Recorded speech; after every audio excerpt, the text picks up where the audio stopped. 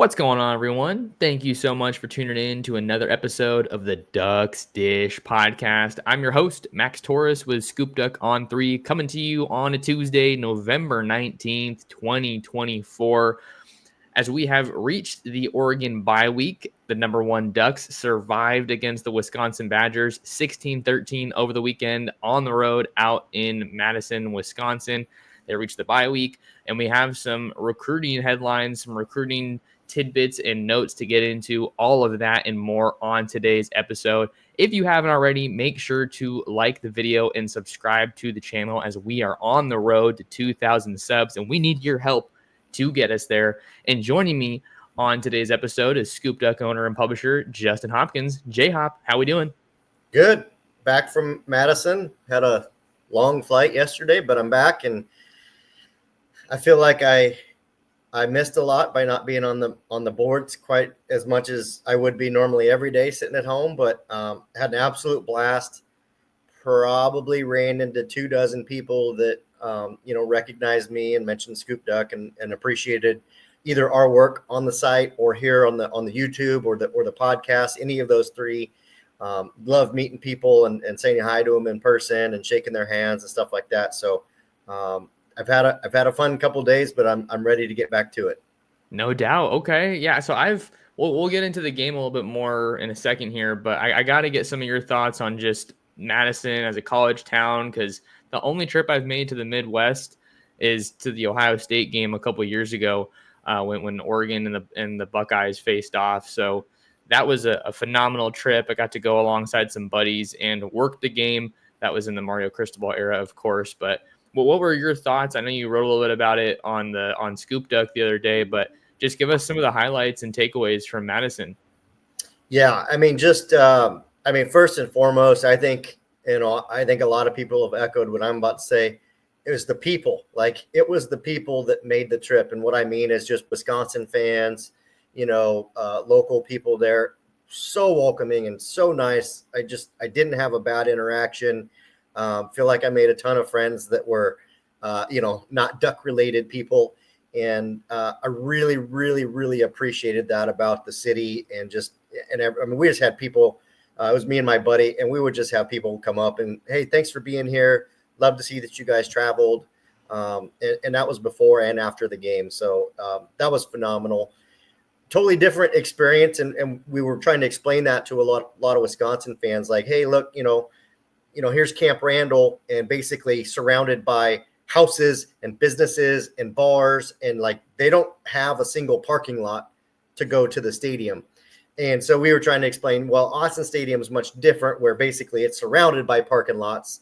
So from a tailgating perspective, that part's really cool at Oregon. But, from Camp Randall at Madison, basically the game ends and you just pour out into all these bars and you're just walking. Like, you don't have to Uber anything. It's all right there. And so that's a cool experience too. I mean, neat stadium, neat facility, and jump around was pretty good.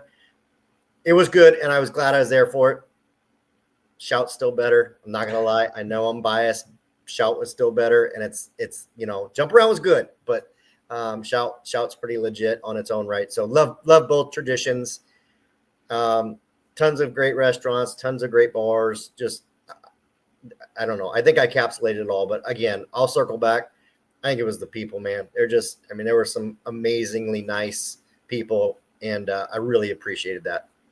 The people do definitely make the town, and I got that similar feeling when I was out in Columbus, even getting some drinks with some Buckeye fans after that game. I was out there with Jacob and Breck, made the trip a couple of years ago, so it was really fun to just connect with them, and everybody just kind of likes partying at the end of the day. But yeah, we got a game to talk a little bit about, Justin, because it was a nail biter. It was a thriller. I was trying to think of creative adjectives like heart pumping win or something like that to really encapsulate what we saw on Saturday from the Ducks as they survive against Wisconsin, 16-13 win, and a game that really came down to the wire.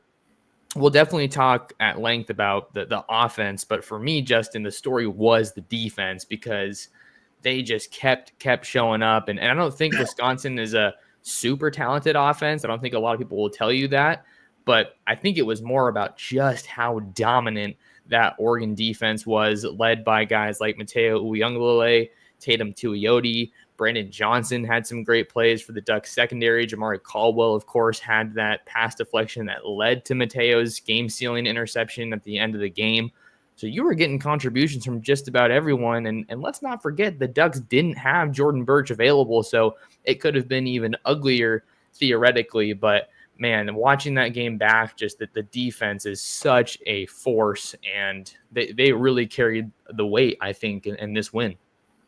They've carried the weight the last few weeks, right? I mean, obviously Oregon scored more points against Maryland, at home. But, in that game, we were all still kind of feeling like, man, that's a good thing the defense kind of bailed us out a little bit there. And 100%, you 100% felt like the defense bailed Oregon out, last Saturday in Madison. So it's great that Oregon has that level of defense. That's great. And it's great that Oregon got the win. So you and I will not take anything away from that. But if we're being fair and we're being honest, which we try to be, those performances aren't good enough against an Ohio State or, a Georgia or a Bama or a Texas or whoever Oregon ends up playing here.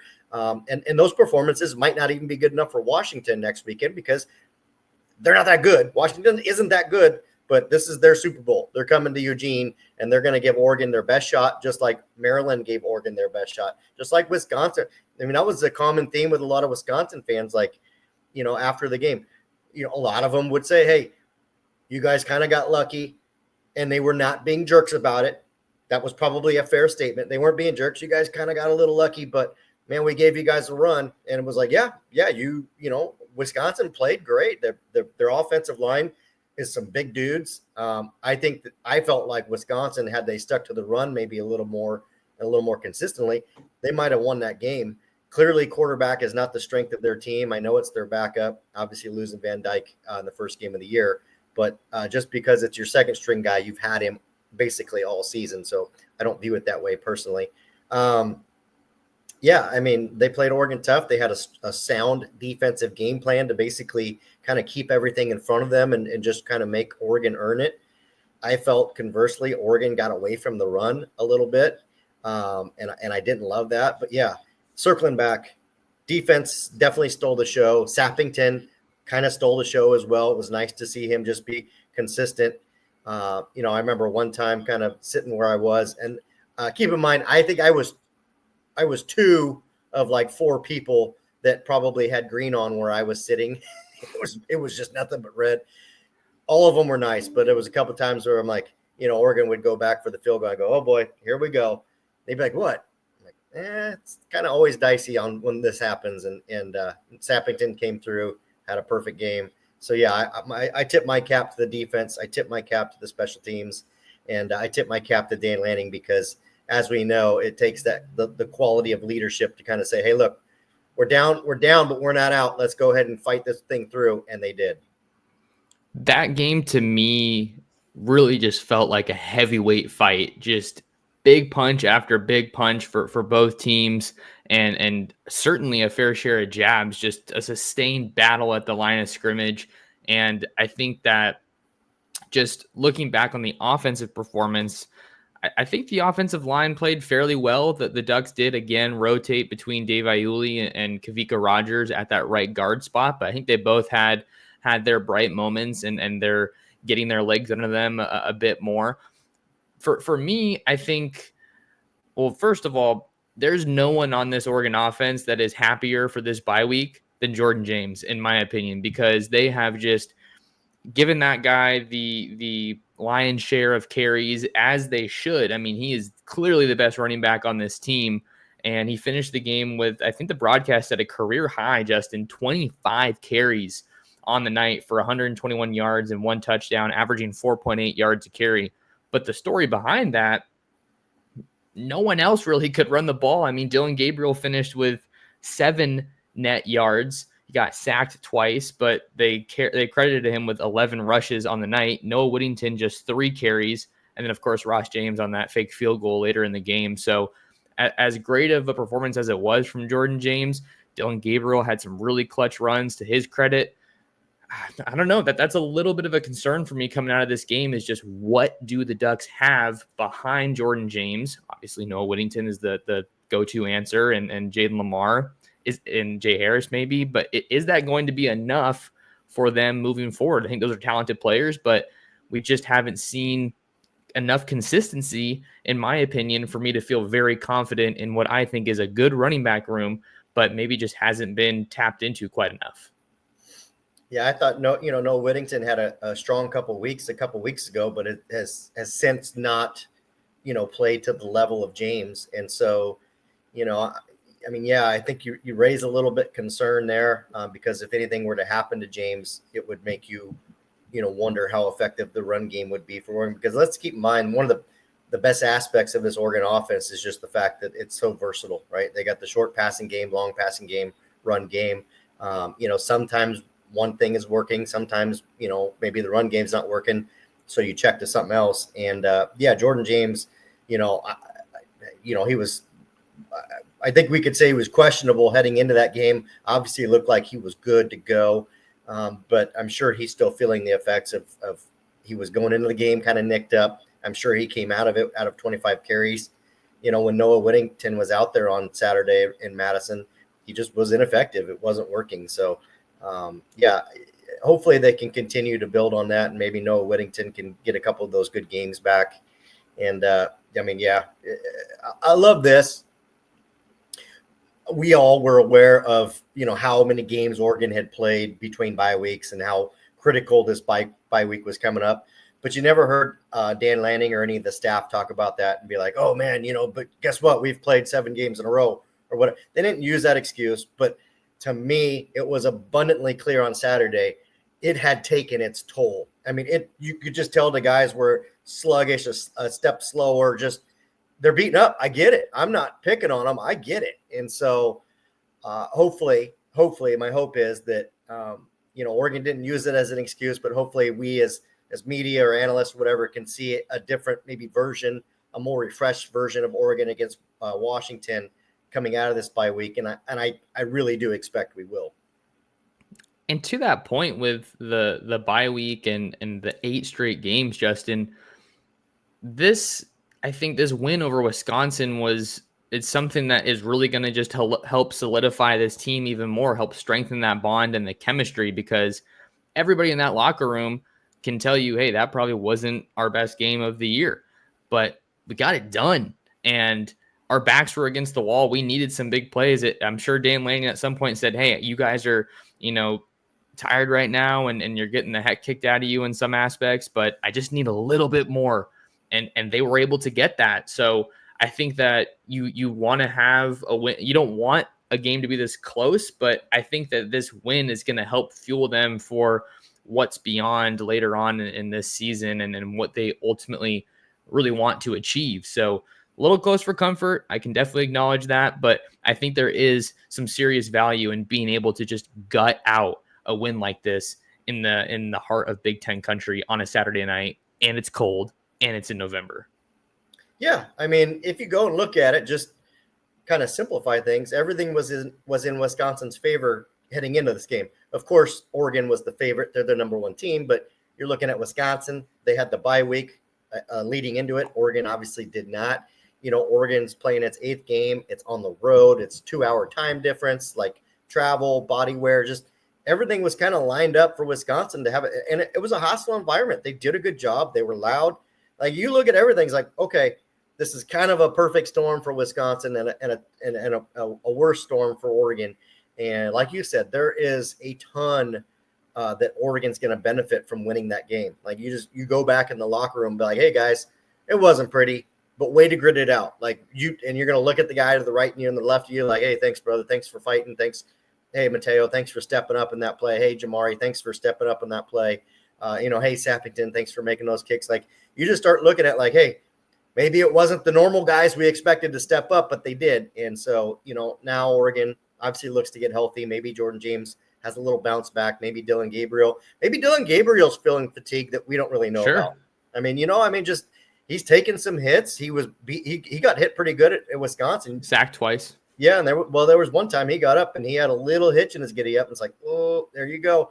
he was fine, continued playing. But I mean, all those guys just, hey, they're this week they're in the ice bath, they're in the sauna, they're getting Cryo rub chamber. downs. Like, yeah, they're like, man, we are going to take this week off and really roll into it. And best of all, yes, Washington's coming to town, rivalry game. Totally understand all that, but at least it's not like a heavyweight game like Alabama's come to town or anything like that. So. Yeah, and I think one more note on this game, and then we'll kind of keep the show going, Justin. Dylan Gabriel and Terrence Ferguson. Starting off with Dylan Gabriel, it wasn't his best game from a statistical standpoint of the year. 22 for 31 for 218 yards, no touchdowns, and of course he had that pick in the red zone that was thrown behind Justice Lowe, which ultimately led to it getting tipped and then intercepted.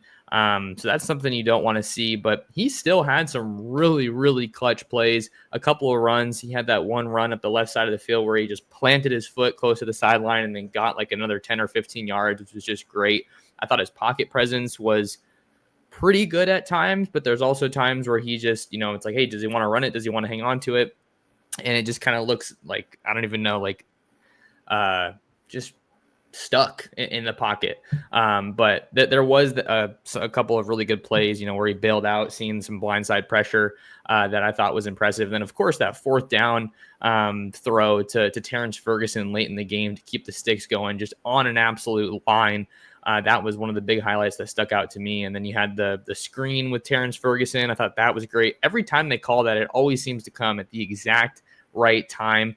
And then Terrence Ferguson, of course, to continue kind of singing his praises a bit here, he had that crucial block on Jordan James's touchdown run. So those are two other offensive performances that really caught my eye. Yeah, one of the best qualities about Dylan Gabriel is the fact that he does make mistakes. That's not the best quality, but he shakes them off real quick, right? It's not a guy that throws a pick and then just plays like crap the rest of the game. He, makes up for it with a big drive, the next drive. He shakes things off really quick, and that's probably one of his best attributes as a quarterback. Obviously you don't love that red zone pick, but again, he didn't let that take him out of the game the rest of the way. And Terrence Ferguson, like, just, man, he's boomer bust. Like, he comes up with these clutch plays, but then he had a couple drops that were just like, how'd you drop that? I mean, and it's one thing. I mean, you don't want to pick on Ferguson. He didn't lose Oregon this game, but I mean, there was a couple that, for a guy that's, been in the system for 4 or 5 years, whatever it's been, you kind of don't expect those drops from him. And so, those are the types of things that, Oregon can clean up, the pick, the drops, they had, again, they kind of had penalties again, not a complete issue, but they had some penalty issues once again this game, maybe a byproduct of being tired and being fatigued a little bit. So, again, you clean up some areas, and these are not wholesale changes. You don't need to find a new quarterback. You don't need a new offense. These are not wholesale changes, but they are things that when you go to play those better teams and the margins are smaller, they become game-costing errors. Before we get any farther on today's show, I want to give a quick shout out to one of our sponsors here on the show, and that is Ranchito Grill in Springfield. Not sure what your dinner plans are, but head on over to Ranchito at 1537 Mohawk Boulevard. Try the homemade tortillas. They got great food, great service, and they will take care of you. Say what's up to my guy Ruben and let him know that Max Torres sent you. Max Torres and Justin Hopkins of Scoop Duck on 3 talking to you guys on a Tuesday morning, November 19th. Hope you guys are enjoying the show. Reminder to like, comment, and subscribe wherever you are tuned in to today's show. Justin, we got a little bit of an injury update, it looks like, on this Tuesday morning as Oregon wide receiver Tez Johnson took to Instagram with this story that just kind of got everybody super excited, saying he's back, and a little picture of Tez dancing there if you're watching along with us here on the YouTube channel. Obviously, a significant update for the Ducks, as Tez Johnson is Oregon's leading receiver here in the 2024 season. His speed, his playmaking ability has been missed with him being out lately. So we didn't really know exactly what the timeline was going to be for his return, but it certainly seems to suggest that he will be back by the time the Huskies game comes around next weekend. Yeah, if you're a Scooped Up subscriber, obviously I posted on Sunday a few tidbits on injuries. one of which was, Tez could be back for Washington. I definitely didn't go so bold as to say he would be back, just that he could. Maybe not. Yeah, maybe I Yeah. should walk that back. No, but I mean, like, it was in play. And I think that the staff was really wanting to see how this week went for him. And then obviously make, probably a little better call early next week. But, he seems to be indicating a little more strongly that he's going to play in that game. Obviously, no confirmation from Dan Lanning or anyone at Oregon officially, but that certainly looks good. And he's been missed. I mean, he has been missed. Tez Johnson has been the guy that has helped Oregon be able to push the defense back, and those long balls have been missed without Tez. And it's not because Tez is the long ball guy. It's because you've had to move Evan Stewart and other guys around, and that deep ball hasn't been there. So they've been sitting on the short intermediate stuff a lot more. So hopefully this opens that back up, because that, has been missed. And if you add that also, if that deep game becomes available, that also helps the run game. So, could be a nice thing to have. Obviously, this isn't, you don't ever want to count on one player, allowing you to go from 18 points to 48 points, but he's certainly going to be a welcome addition, assuming that he is back. It looks very positive. It looks like it's trending that way. And it would be great to see him knock off the rust against Washington, and then kind of, obviously for the conference championship game, which I think is basically statistically impossible for Oregon not to make at this point, having him available and maybe with a little bit of that rust knocked off. Big update. And that's the way that I saw it, kind of knocking the rust off. I think if you can get him out there for some action in the Washington game, assuming he's good to go, you do just that. But I don't think that you would hope that you wouldn't need Johnson to win that game. So I think that would be, in a perfect world, how I see the staff managing his return. And the other note on the wide receivers, I know Justice Lowe has kind of emerged as a pretty consistent piece of this offense. He took a pretty big hit in that Wisconsin game over the middle. He knew he was going to get popped, and he did, but I think he was able to come back in. We also saw Gary Bryant Jr. out there, Justin, so certainly another guy that you hope the Ducks can get some contribution from as he kind of gets his legs back underneath him. We do have some mailbag questions to hit. It'll be a little bit of a rapid fire because we're on a little shorter schedule today, Justin, but this comes from our Scoop Duck subscribers. First one is from Quackin' and Smackin', who has a recruiting question. Hey, Max, with JKS, Jaren Kiawate's Sagapolo Tele, the 2025 quarterback, with JKS visiting Cal this week and UGA for their Friday game, anyway he makes it to Oregon on Saturday for the UW game. I will start with this one, Justin. I think that obviously you wouldn't expect Cal to go away without a battle in this recruitment, and he's still trying to take that Georgia official visit. So I don't think that Oregon probably looks at it as a situation where they have to get him back on campus to ultimately win out in this one. They did get him for that official visit when the Ducks played Illinois. But it's going to be hard, right? I mean, having him all the way out there in Hawaii, it's not an easy trip to make. He is coming back. I mean, it's a lot to ask for between now and the early signing period to take 3 trips to the mainland from Hawaii. So I'm still feeling pretty good about this one. As it stands right now, Justin, I'm not ruling out a return visit to Oregon for the Washington game, but certainly not one that I would expect right now. Yeah, I'm with you. He doesn't have to visit for Oregon to have a shot here. I think Oregon's done well enough. What I do see is that obviously Juju Lewis is no longer committed to USC. It looks like that's probably Colorado versus Georgia there. And, if you kind of look back, Jaren, JKS, had his visit set up and it got pushed back. And who visited that weekend instead? It was Juju Lewis. So to me, the Georgia thing's kind of like, all right, I don't really know how they factor into this. No doubt they'd probably rather have Juju Lewis than JKS if you were asking Kirby Smart. And I think they're pushing in that way. So still feels like Oregon versus Cal to me. I mean, I like where Oregon sits. Yeah, I do too. And I think it's like no one's going to come out right and say this, but it's like if they do bring in Julian Lewis, before Jaron, it's like, okay, where are your priorities? You know, what's the urgency with that? But what a weird storyline. What a weird sentence to say, Justin, that Georgia is battling Colorado for a blue chip quarterback here in the 2025 class as the early signing period races our way. That, of course, begins on December 4th, and we will have you covered over on scoopduck.com. Another question, Justin, I hope I'm saying this right, from Proaqh, Proaqh. They say, we know Oregon has killed the portal. Where do they stack up against other teams who have done really well, like Ohio State and Ole Miss? Do you want to start with this one? Sure, and I'll go easy. It's quality versus quantity, and what I look at is, in terms of that, Dan Lanning's obviously identified needs, and if you go back and look at his tenure at Oregon, how many of those transfers have not, at worst, contributed to Oregon? I think it's like 2 or 3 total out of like 40 or 50 guys, and again, it's a total number. So they're very effective in the way they use the portal. They're very. I mean, look at Oregon's entire secondary, right? Almost all transfer portal guys, because Nico Reed is too, but he was two cycles ago. So, I mean, he uses it as well as anyone, in my opinion.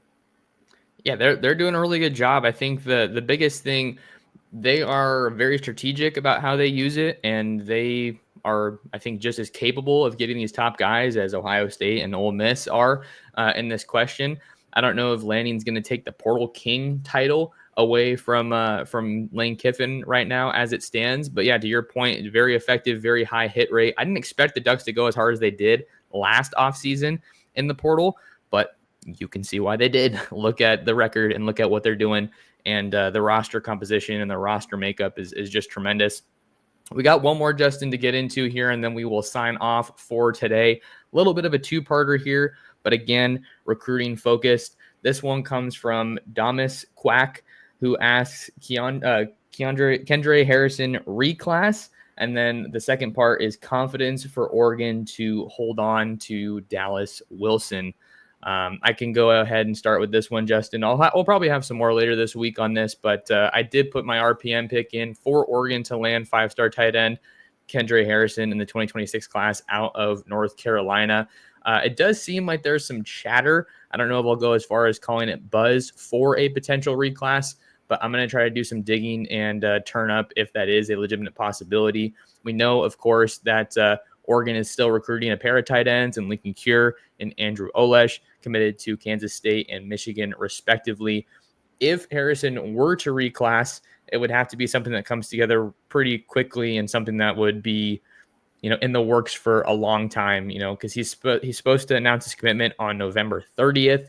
So he would essentially probably be enrolling, assuming he does the early enrollee stuff, just in a couple of weeks. So I haven't heard that is what's happening, but it looks like a possibility. And then Dallas Wilson, just to hop into that one real quick, the coveted Oregon wide receiver commit out of Tampa, Florida, took a visit to Florida this past weekend, and now he's going to be returning to Gainesville for an official visit this weekend. But I'm not too worried right now about Oregon's chances to hang on to them. I think there is obviously some confidence in the long-term future for Florida with the Gators doubling down on Billy Napier and then having him back in 2025. They've gotten some really good commits even just today over the weekend as well.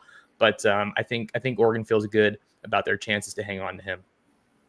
Yeah, I think Dallas Wilson's going to come down to that last week before signing day, and it is what it is. Does he, is there a bigger push to stay closer to home, or is he still comfortable with going cross country? So for right now, I think Oregon's still got him and everything's good. But I've done this long enough to know that last week will probably get pretty hot and heavy. And as for Harrison, here we are. We're looking at, mid-November. If he were to reclassify, which I consider to be a long shot, I don't believe that if he were to reclassify that you would also get him to graduate and enroll early. So take that how you want. I mean, it's possible. I think it's unlikely. And even if he did, you probably wouldn't see him at Oregon until potentially the spring or summer. There you go. Short and sweet, but wanted to make sure we answered a couple of those questions over from our Scoop Duck subscribers. And I'll try to answer the rest of those in a written mailbag formula over on the site. But if you want to find more of Justin, follow him on Twitter/X at JHopkinsSD. Find me anywhere at MTorresSports. Like the video, subscribe to the Scoop Duck On3 YouTube channel, and come and see us at scoopduck.com for the very best in Oregon football and recruiting. And we'll see you guys in the next episode of the Ducks Dish podcast.